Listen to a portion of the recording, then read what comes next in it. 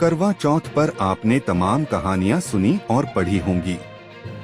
हमारे पुराणों में भी पति पत्नी के अनूठे प्रेम की तमाम कहानियां मिलती हैं। इसी में से एक सत्यवान और सावित्री की कहानी है। सावित्री के पति प्रेम के आगे यमराज भी हार गए। ऐसी ही कहानी यूपी के फर्रुखाबाद जिले में सामने आई है। 28 साल से लापता पति करवा चौथ से ठीक पहले अचानक अपने घर पहुंच गया। जिंदा पति सामने देखकर उसकी पत्नी की खुशी का ठिकाना नहीं रहा। वह पति से लिपटकर फूट फूट कर रोने लगी। पत्नी और बच्चों ने उसे मरा समझकर उसका मृत्यु प्रमाण पत्र भी बनवा लिया था, लेकिन 28 साल बाद सामने जिंदा पति को देखा तो पत्नी की खुशी का ठिकाना नहीं रहा। खुशी इतनी ज्यादा थी कि पत्नी फूट फूट कर रोने लगी और अपने पति से लिपट गई। जब गांव के निवासी नरेश गगवार अचानक लापता हो गए थे।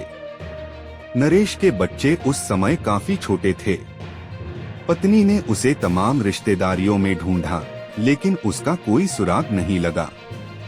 काफी खोजबीन के बाद भी जब नरेश का पता नहीं लगा तो गांव वालों ने उसे भूलकर जिंदगी जीने की सलाह दी। इस पर नरेश की पत्नी मीरा खुद बच्चों का पालन पोषण करने लगी। इस दौरान बच्चे बड़े हुए तो मीरा ने ही बेटी की शादी के दौरान पैसे कम पड़ने बैंक से लोन लेना पड़ा। इसके लिए नरेश का मृत्यु प्रमाण पत्र जरूरी था। मीरा ने कहा, मुझे पूरा भरोसा था कि मेरा पति एक दिन जरूर लौटकर आएगा, लेकिन रिश्तेदारों और गांव वालों के दबाव में मैंने बेटी की शादी के लिए पति का मृत्यु प्रमाण पत्र बनवाया। इसके बाद बैंक से लोन लेकर बेटी की शादी की। नरेश की पत्नी मीरा ने कहा, गांव में उनकी एक जमीन पर विवाद चल रहा है। वहां गांव के ही दबंग लोग कब्जा करने का प्रयास कर रहे थे। इसी बीच करवा चौथ से 2 दिन पहले यानी करवा चौथ को नरेश गांव पहुंचे। लंबे समय बाद गांव पहुंचे नरेश अपना घर नहीं ढूंढ पाए तो सीधे उसी खेत पर पहुंचे जहां दबंग कब्जा करने का मन बना रहे थे।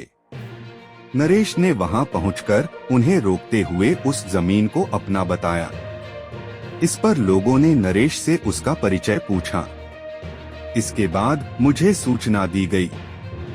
गांव वालों ने मीरा को बताया कि एक आदमी उनकी जमीन पर अपना मालिकाना होने का दावा कर रहा है।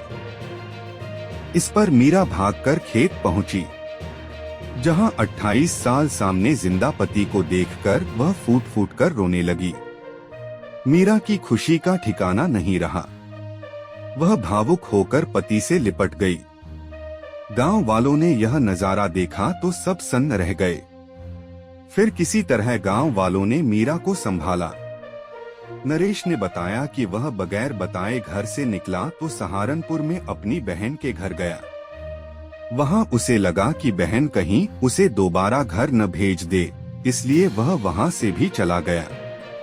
इसी बीच उसे एक आदमी मिला, जिसने काम दिलाने के बहाने उसे एक ठेकेदार के पास बंधुआ मजदूर बना दिया।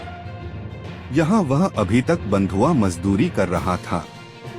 2 दिन पहले ठेकेदार ने जिस काम के लिए उसे रखा था वह पूरा हो गया तो ठेकेदार ने सभी मजदूरों को छोड़ दिया। इसके बाद वह हरिद्वार के रास्ते अपने गांव पहुंचा। यहाँ वह अपना घर नहीं पहचान सका तो खेतों की